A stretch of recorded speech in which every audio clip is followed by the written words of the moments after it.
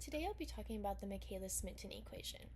So, where did it all begin? Well, it all began in Germany around 1912 when two biochemists, one Michaelis being from Germany and Menten being from Canada, who's also a physician, when they both came together with kind of like the same ideas, or more so the same questions. They were wondering about the biochemical processes in the body and how enzymes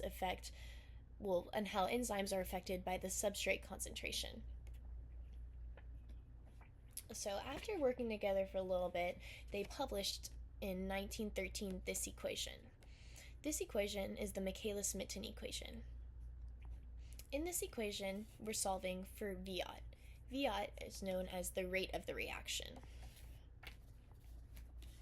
So, why exactly is this equation even important?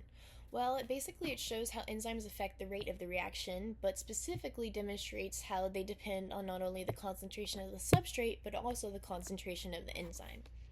The concentration of the substrate can be represented by this. It can also be used to find the Michaelis constant, which is known as the Km value. And why do we need to know about the Km value? Why is that important? Well, it's because the Km value is the measurement of the enzyme's affinity for that specific substrate. Well, okay, why does the affinity matter?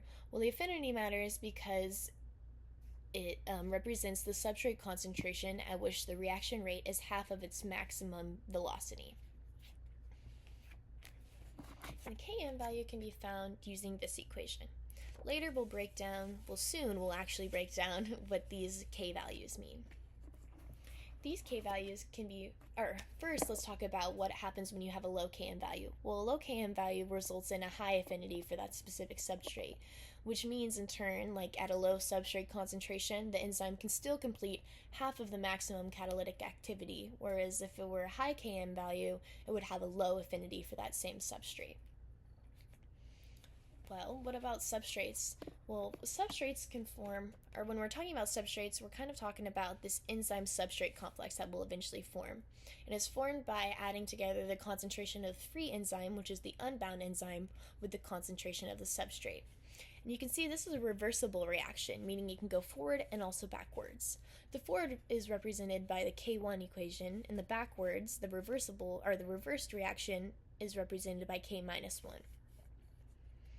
This, in turn, you can see also is, in step 2, you can see it's represented by the ES, the enzyme substrate complex, is yielding the enzyme concentration, or the free enzyme concentration, plus the enzyme product.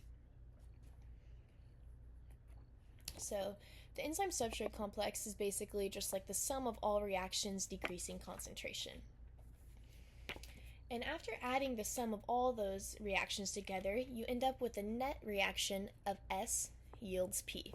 S being the substrate, P being the product. And you can see this equation is this is the net reaction due to the ES is canceling out and the E's canceling out. Like I was saying, the sum of all these, they kind of cancel out, but it eventually yields 0. It ends in 0.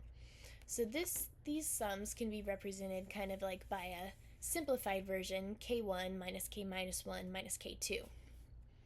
But if we took the simplified version and plugged in the values that actually give us 0, you would see that the equation can be written like this. This equation, of course, is a little complex, so it's easier if we simplify it to this. And we can see this is the simplified version of this equation, and they're both equal to 0.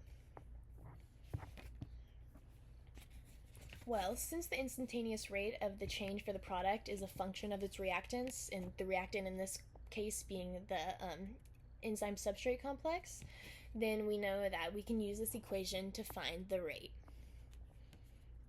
You can see this equation can be used to find the rate. This is a simplified version as well as this, which equals the reaction rate here. Well, now that we know the reaction rate, we get this equation. We can solve for not only V sub max, but also E sub t. First, we'd like to solve for the E sub t, the total concentration of the molecules in the system, E sub t. And we can do this by adding together the concentration of the free or unbound enzyme with the concentration of the enzyme substrate complex / bounded enzymes. Well, after we found E sub t, that now allows us to find V max, because you can see this is used in this equation. And we already found K sub 2 earlier when we broke it down. Well, V sub max is the maximum rate of the reaction. K sub 2 is that rate constant we found earlier for the conversion of the enzyme substrate complex, and E sub t is the total concentration that we mentioned of the enzyme molecules in the entire system. And that's how this equation is broken down to find multiple different variables, and it's just convenient use overall.